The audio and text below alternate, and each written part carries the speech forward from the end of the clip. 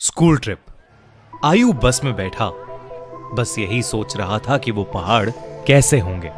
आयु जो 15 साल का था, पिछले 3 साल से चंडीगढ़ में ही रह रहा था। फिर भी वो कभी हिमाचल की हसीन वादियों में नहीं गया था। पर उसका यह सपना इस स्कूल ट्रिप में पूरा होने वाला था। ढेर सारे लंच बॉक्सेस से खाना खाते हुए और अंताक्षरी खेलते हुए पूरा दिन बीत गया था। वो शिमला पहुंचने ही वाले थे कि पता नहीं कैसे उनकी बस जो कुछ मिनट पहले एकदम ठीक चल रही थी, उसमें से धुआं निकलने लगा। रात बहुत हो चुकी थी और बच्चे साथ में थे, तो सब टीचर्स ने मिलकर फैसला लिया कि वो पास में ही एक होटल के अंदर रुक जाएंगे और सुबह मैकेनिक को बुलाकर बस ठीक करवा कर शिमला के लिए वहां से निकल जाएंगे। वो लोग पास के एक होटल तक पहुंचे। वो होटल दोनों तरफ से बड़े बड़े पेड़ और पहाड़ों से घिरा हुआ था। सब टीचर्स ने बच्चों को होटल में अलग अलग कमरों में बांट दिया और डिनर के बाद सब सोने चले गए। आयु को अपने 2 दोस्तों अमन और रोहन के साथ कमरा मिला था और वो बहुत खुश था क्योंकि वो दोनों उसके काफी अच्छे फ्रेंड्स थे। आयु, अमन और रोहन जब कमरे में गए तो कमरे की खिड़की से उन्हें जंगल के बीचों बीच एक झील दिखाई दी।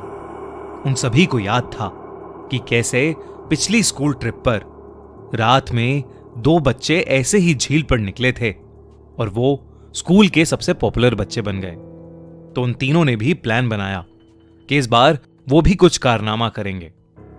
उन्होंने सोचा कि वो होटल से छुपके से निकल जाएंगे और उस झील पर जाकर फोटो खींचकर वापस आ जाएंगे। जैसे ही होटल का गार्ड सो गया, वो तीनों निकल गए। झील दिखने में तो होटल से ज्यादा दूर नहीं लग रही थी, पर वो तीनों करीब आधा 1 घंटा झील की तरफ चले जा रहे थे और जंगल का रास्ता था कि खत्म ही नहीं हो रहा था। ठंड बहुत ज्यादा बढ़ चुकी थी और उस सुनसान जंगल में उन तीनों की ठंड के मारे हालत खराब हो रही थी। उन्होंने अपना फोन चेक किया तो उसमें सिग्नल नहीं था।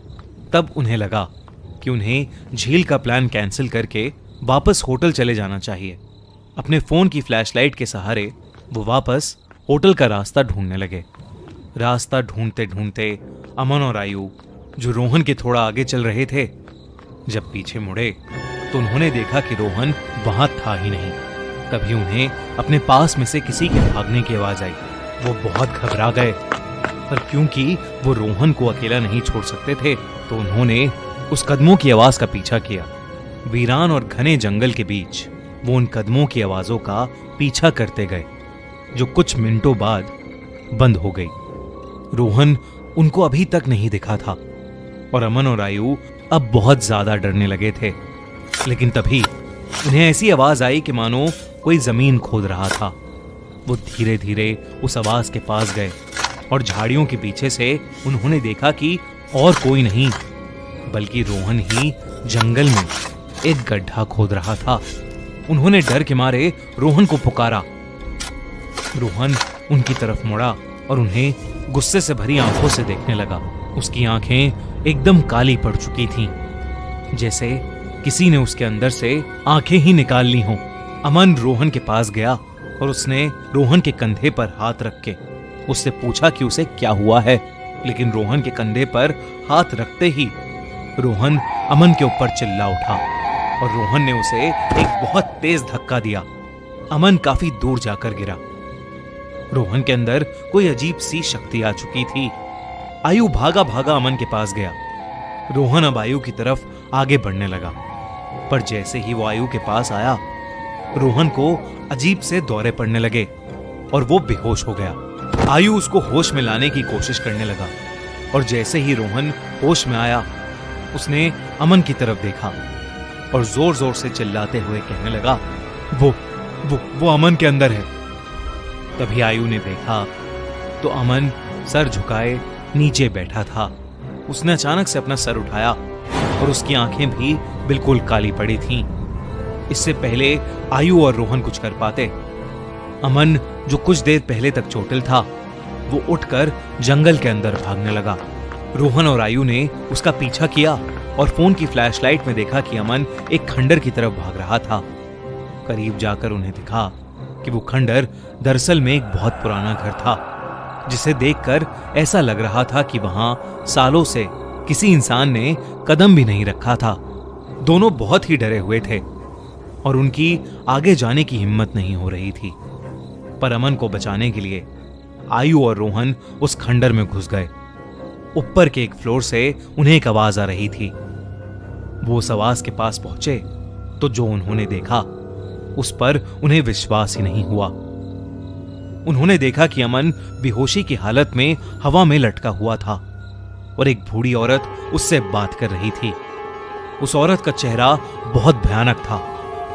उसकी आंखें एकदम काली थीं। खाल लटकी हुई और बिखरे हुए सफेद बाल उसे और डरावना बना रहे थे।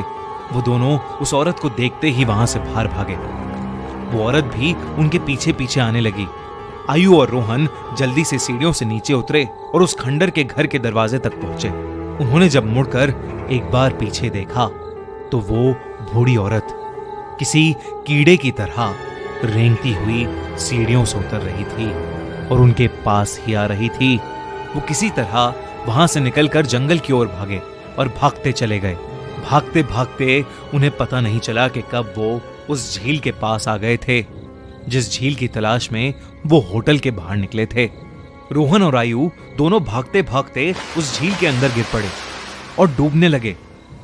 उन्हें ऐसा लग रहा था कि जैसे कोई उन्हें अंदर खींच रहा हो। आयु किसी तरह झील से बाहर आ गया, पर उसकी आंखों के सामने रोहन झील में डूब गया और वो कुछ भी नहीं कर सका। आयु ये सब देखकर इतना घबरा गया कि उसे चक्कर आने लगे और वो वहीं बेहोश होकर गिर पड़ा। आयु की जब सुबह आंख खुली तो वो उसी होटल के कमरे में था। वो भागकर बाहर गया तो बाहर पुलिस की बहुत सी टीम्स थीं और जमीन पर सफेद चद्दर में लिपटी हुई रोहन और अमन की लाश पड़ी थी। पुलिस ने तो इसे मर्डर घोषित कर दिया था, पर आसपास के रहने वालों ने बताया कि कई साल पहले उस जंगल में एक बूढ़ी औरत रहती थी। वहां उसका एक घर था।